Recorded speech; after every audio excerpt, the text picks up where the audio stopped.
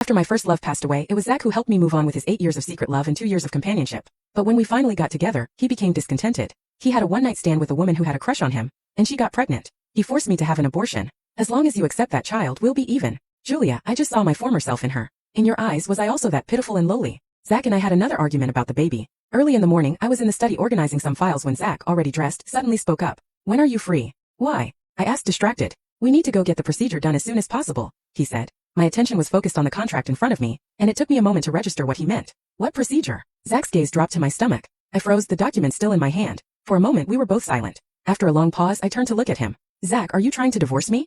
He was taken aback and quickly shook his head. How could that be possible? Why would I want to divorce you? Then why are you insisting I terminate this pregnancy? I didn't understand. I had discovered I was pregnant about 2 weeks ago. After working on 2 cases back to back, I had fainted in the conference room. My boss was terrified, thinking I'd had a heart attack from overwork. But when they checked, they found out I was pregnant. It was good news. I was thrilled. I thought Zach would be just as happy as I was. But after hearing the news, he fell silent. That night he tossed and turned, and for the next 3 days he seemed distracted. On the 4th day he said to me, the timing isn't right. We can have another one later. This one, let's just forget about it.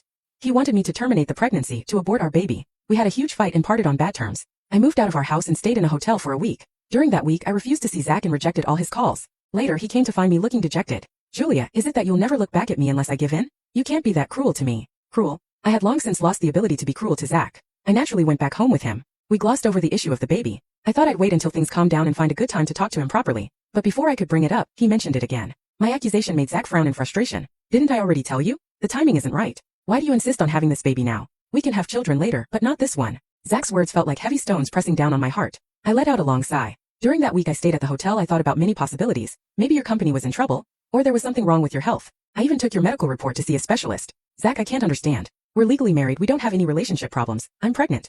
Isn't having this baby the natural thing to do? The timing isn't right? That reason doesn't convince me. Zach fell silent again. Just when I thought this conversation was going to end without resolution, he said, I'll take you to meet someone. On the way, neither of us spoke. I was a bit angry. I knew Zach was definitely hiding something from me. He didn't want to tell me, but this secret was related to why he didn't want our baby. Now, he was probably going to reveal this secret to me. I thought no matter what his reason was, I was truly angry this time. He had hurt me. I wouldn't forgive him so easily. But at the same time, no matter what his reason was, he was my love, and I would get through this with him. That's what I really thought. I was prepared to weather this storm with him. But later I realized how foolish I had been. The car drove across half the city before stopping. I looked in the direction Zach was pointing. It was a flower shop. The shop owner, wearing a loose dress, was smiling as she saw off a customer. After the customer left, she tiredly pressed her hand against her back. She was pregnant, her belly quite large. She looked like she was almost due. Do you recognize her? Zach asked. I hesitated and shook my head. She looked somewhat familiar, but I couldn't place her. Think harder, he said. I frowned at Zach. Who is she? And what does she have to do with us?